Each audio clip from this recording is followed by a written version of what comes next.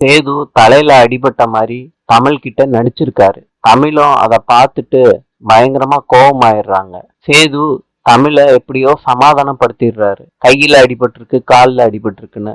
தமிழும் மருந்தை தடை விட்டு சமாதானம் ஆயிடுறாங்க. ஈஸ்வரியும் சித்ராவும் பேசிக்கிட்டு இருக்காங்க பழைய நகையை கொடுத்துட்டு புது நகை மாத்துறத பத்தி. அப்ப போஸ் வர்றாரு.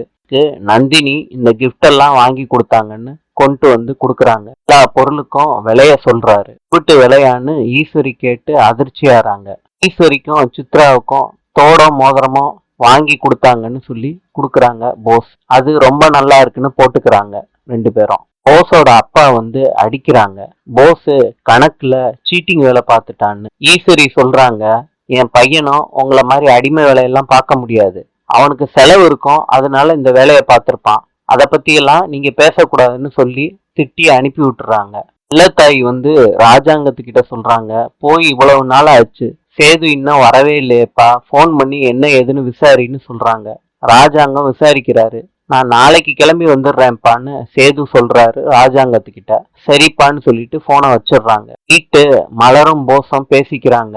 அப்ப மலர் சொல்றாங்க, ராஜாங்க ஐயா காலில் விழுந்து மன்னிப்பு கேட்டா நம்ம ரெண்டு பேரையும் ராஜாங்க ஐயா சேர்த்து வச்சிருவாங்கன்னு சொல்றாங்க. அதுக்கு போஸ் வந்து என்ன சுட்டு கொன்றுவாங்க பரவாயில்லையான்னு சொல்றாரு. அதுக்கு மலரு பயந்துகிட்டு சொல்லாம வீட்டுக்கு போறாங்க. அதை பார்த்த ஈஸ்வரியும் சித்ராவும் இவங்களுக்குள்ள என்ன நடக்குதுன்னு தெரியாம குழப்பத்துல இருக்காங்க.